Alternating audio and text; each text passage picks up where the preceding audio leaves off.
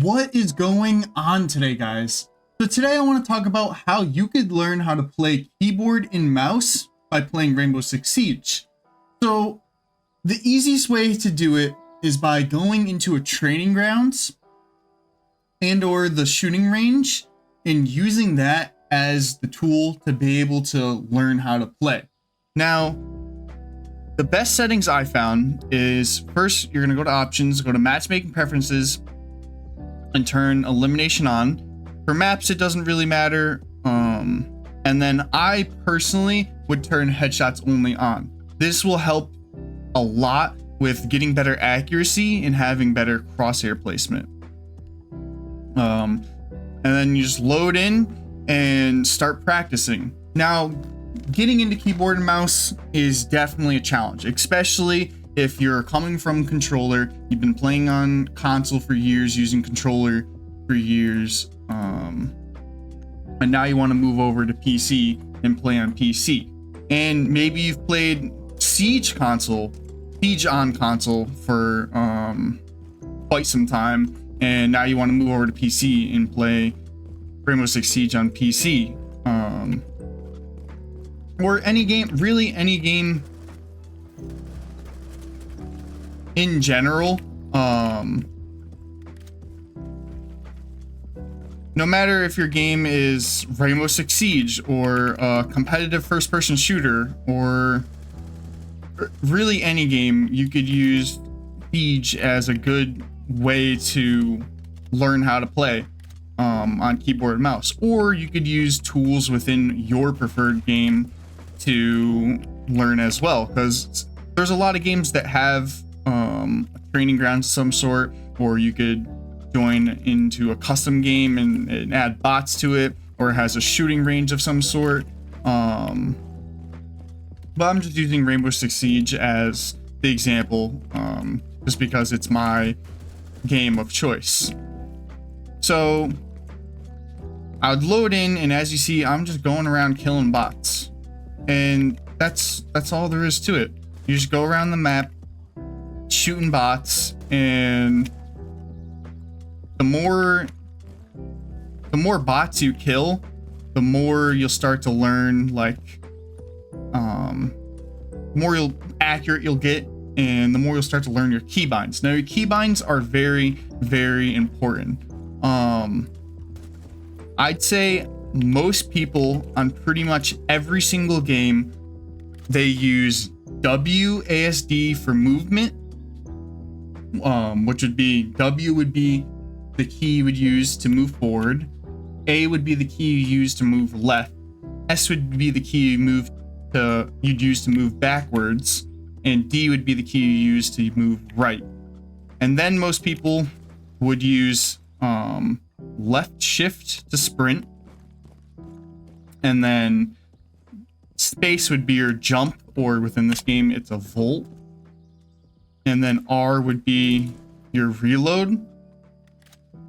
And from there, it's kind of personal preference. After, I'd say those are your core keys that I would use. And then from there, you can kind of just do what you want. So like I use, like on my mouse, because your mouse has programmable buttons as well. I would use my middle mouse button to use my gadget in game.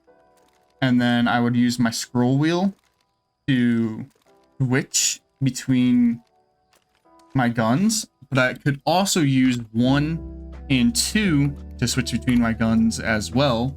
Then I use the buttons on the side of my mouse, these buttons right here. The top one is my interact button, or my use button, whatever you want to call it, and then my bottom one is my crouch button. And then I use F to melee, G to use my utility. Oh, and then another default for every game is, especially shooter games, is on your mouse, your right button here would be your aiming, and then your left button would be your shooting. That's default too. That's like for every game, you use right to aim, left to shoot. Other than that, like I said, it's personal preference. I use for D would be my prone in this game. Q and E are my lean. So Q I lean left, E I lean right. Z is my ping. 4 is to deploy my drone. 5 is to get on it or any sort of observation device like cameras or what's not. As you see, I pick it up with my top mouse button.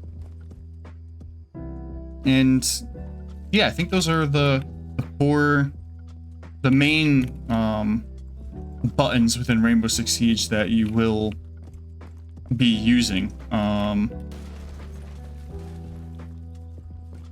And every other game that you play too, you'll probably have a similar layout for buttons, or for your keys and for your programmable buttons on your mouse. But at the end of the day, it's all comes down to personal preference. That's what's so nice about playing on keyboard and mouse, is at the end of the day, you could use whatever buttons you want, whatever keys you want, to do whatever you want them to do. It all comes down to you and what you like, what your personal preference is, and what you're most comfortable with, right? Like, you don't have to have WASD as your movement. You could do something completely different. You could do, you don't have to have left shift as your sprint button. That could be something completely different. It could be for any button, any key within the game, any programmable button on your mouse. It could be whatever you want it to be, and I think that's amazing. And one of the things I love about keyboard and mouse is just the amount of options you have and how you could personalize it to what you want it to be. But yeah, as far as getting like muscle memory down and getting your accuracy good and getting crosshair placement good and getting anything else that would be new, it's going to take a while. It's going to take hours and hours and hours of practice. Like if you are using Rainbow Six Siege as your game to practice and learn, you're going to be playing in the training grounds for quite some time. You're going to be in the shooting range a lot. It's going to take a really long time to be able to get extremely accurate and to get comfortable with your keybinds and to be good enough to be able to actually compete against real players. But trust me, it is worth it. It is completely worth the grind of having to consistently practice over and over again, because I would not go straight into like playing against real people. You will get dookied on. Like they already have good accuracy. They already have their keybinds down. They already have that muscle memory in place. So you don't want to get put into an environment where you're just consistently dying over and over again, because you're just not going to learn. That's why I would use bots as a great way to learn. It's then you're playing against, things that aren't that hard to fight against, but at least are moving around and are shooting back to give you that that feeling of what it's like to actually get engaged in the gunfight. And shooting range is still really good too, as it'll help with tracing and following and just getting a better accuracy overall. Now, I personally didn't actually start with Rainbow Six Siege as my way of